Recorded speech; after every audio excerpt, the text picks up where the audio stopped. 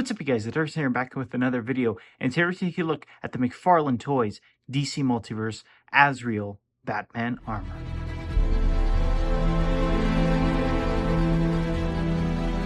Before we get started, I'd like to ask you guys if you feel so inclined to please like and subscribe. It really does help my channel and is absolutely free.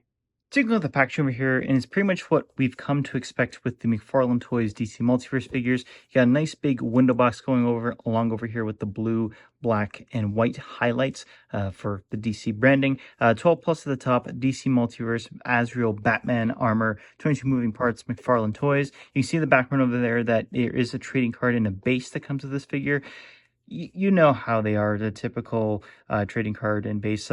They're embedded within the packaging over here, so whenever you take them out, it's going to ruin that backdrop. I don't like to do that, but as I said, you kind of know what you're expecting with those. At the side over here, you got DC Multiverse, you got McFarlane Toys, Azrael Batman armor, Detective Comics 667, and then the other side, you got the window box continuing along. DC Multiverse, Azrael Batman armor, DC Universe Infinite, so if you want to scan that QR code, there it is. At the back over here, we do have a nice big image of Azrael in the Batman armor. Azrael Batman armor, Detective Comics 667, you got McFarlane Toys at the top of there, DC Universe Infinite again down here along with McFarlane Toys' social information. At the top, you have the window box continuing along, and the bottom got a bunch of other legalese along with the UPC code.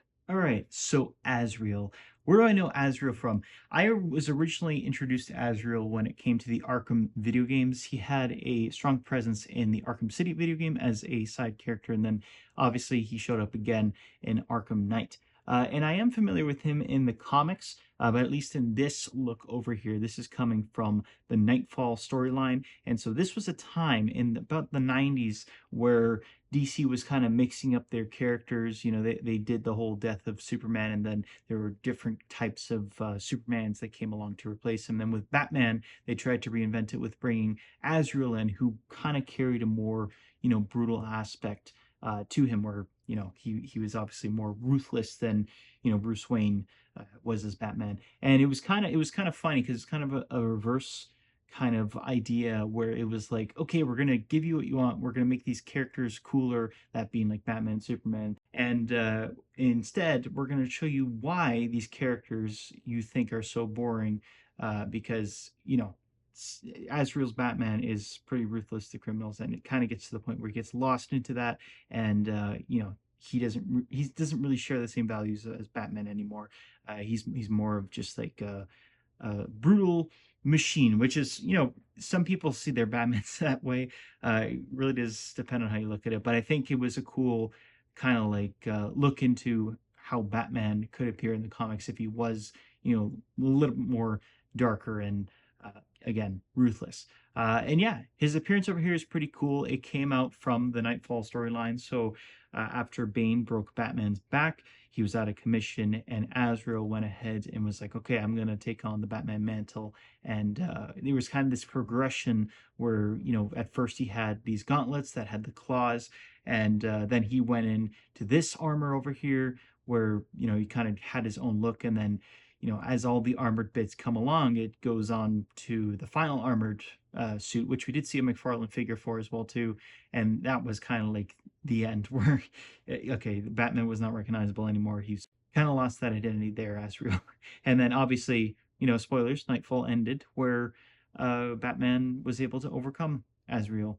Pretty cool storyline, and I think that there is a TV series or animated movie coming out for the Knightfall series, so I'm really excited to see it brought onto screen. And yeah, this is one of the coolest looks for Batman in my opinion, so glad that McFarlane came out with the figure over here, even though this is pretty much a straight re-release. As for accessories, there's not really anything included other than the card and the base, so we're just going to go straight in the figure over here. And yeah, as I said, that this was a straight release of an original figure. The only difference in here is the shiny blue, and this looks absolutely fantastic. I love how this paint showed up on this figure, and it really does bring out all the sculpted details in here, especially with the red eyes. Like it just makes it more stark and more apparent, which is really cool. But yeah, the armored look over here kind of had Azrael's own take on it. You don't see the bat symbol anywhere, but just a really cool mechanized, not totally mechanized, but armored up looking Batman over here, and very you know iconic look for Azrael's character. And yeah, in the 90s, they had all the different pouches on with the figure. So you're kind of getting that here as well, too, which is really nice. And yeah, I kind of like how it's going up from this armored look over here into the more classic, spandex look when it comes to Batman within that era. The gloves here, though, is like one of Azrael's like key uh, kind of I don't know if you call it weapons, but key tools that he uses within those comics. So yeah, they're very cool over here. I like how they painted the claws here individually as well too. But yeah, just really nice how they got the difference in the gold and the blue going all throughout this figure over here. But yeah, it does look pretty bland at the bottom over here. Kind of just goes into straight gray, but that's not bad. It's how it looks in the comics. So it's all good there. And you do get the little spikes coming out from it as well too. And yeah, no real boots on this guy, but looks pretty good. And then yeah, you do have two pegals at the bottom of the feet there as well too. And yeah, the cape. So the cape over here, I wish that they kind of went in with the wired cape, but this is a really cool sculpted cape as it is. And you can see all the difference in the wrinkles coming up from the top of the shoulders over here. One thing I will say, taking this out of the box, you can see it right there. Big scratch from the paint. I wish that they would have molded it into this kind of color, but yeah, that's quite unfortunate there. So one thing to note when you're taking this out of the packaging. And as for articulation, if you have the original Azrael Batman, you kind of know what to expect. Head can move up pretty good. It can move down. It can go side to side. There is a bit of pivot in there as well, too. Good pivot on that end. Look at that. You do have some arm articulation with a butterfly joint in there, so it can go up about that much. It can go down. You can kind of push it around a little bit there as well, too. Bicep swivel. You got double jointed elbows, and because of the gloves here, it is kind of limited there. And they just have some wrist articulation, which is a swivel, and a hinge, which is right there. It's on the ball hinge, so yeah, you can move it any way you like. You have the diaphragm joint here along with the hidden waist joint. Really like how they developed this here because, it hides it very well. So you can move down about that much. You can move back very good. He can pivot this way, he can pivot that way, and obviously swivel around. He's got some leg articulation. You can kick up but there. You can kick back in on an angle. You do not have a thigh swivel in here, but you can kind of move it back and forth like that. You do have some double jointed knees right there as well too. And then for the ankles, it's on a separate joint, but they hit it really well here as well too. So I'm very glad to see that. Swivel, you got hinge action, which can also go into a pivot, and then you do have a toe hinge.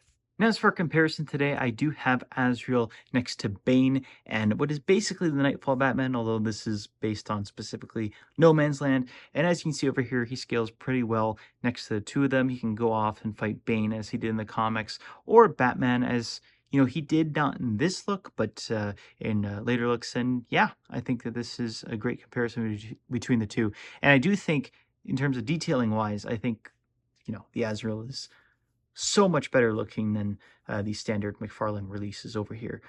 So yeah, very cool figure.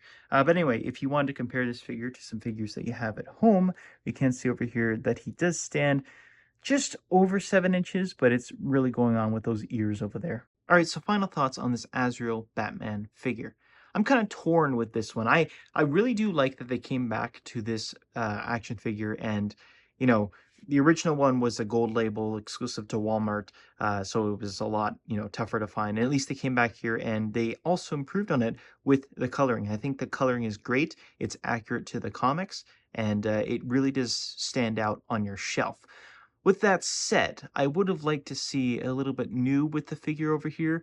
As much as the paint is really good on this guy, and the fact that the figure itself is pretty good, maybe we could have seen wired cape on this. I think would have looked really nice. And a obvious one, at least to me, is closed fisted hands. Now there was an Azrael Batman figure that came out. It's not this exact armored look, but it's one of the ones that's later on in the comic. And that figure has closed fisted hands with the same sort of like claw hands. So not sure why they wouldn't, go ahead and add that in here as well too. I think that would have been nice to see, especially the fact that this figure pretty much comes with zero accessories. So yeah, but otherwise it's great. If you don't have that original Ezra Batman figure and you love this look and this character, then this is a great way to get it now. And so that's really the extent of it for me. If you don't have that original figure and you like Azrael Batman, then totally get this. This is well worth the price. If you want a cool looking Batman, this is well worth the price. But at the end of the day, it's not anything that we haven't really seen before. But yeah, the figure itself is great. The articulation is fantastic. They've hidden a lot of the articulation points really well on the figure. And sculpting, paint detailing, proportions, all that stuff is absolutely fantastic. One minor note I would say, though, is with the paint, it does seem to chip very easily, as I mentioned on the back of the cape there. But it's a small QC issue. If I were to give this figure a rating, I would probably stick with an 8 out of 10. I really did like the original outing of this figure, and I think over here, the paint detailing is what really stands out on it, and it does actually look very striking in person. So if you have the original, I wouldn't say that you would need this, but it is a welcome addition in my opinion.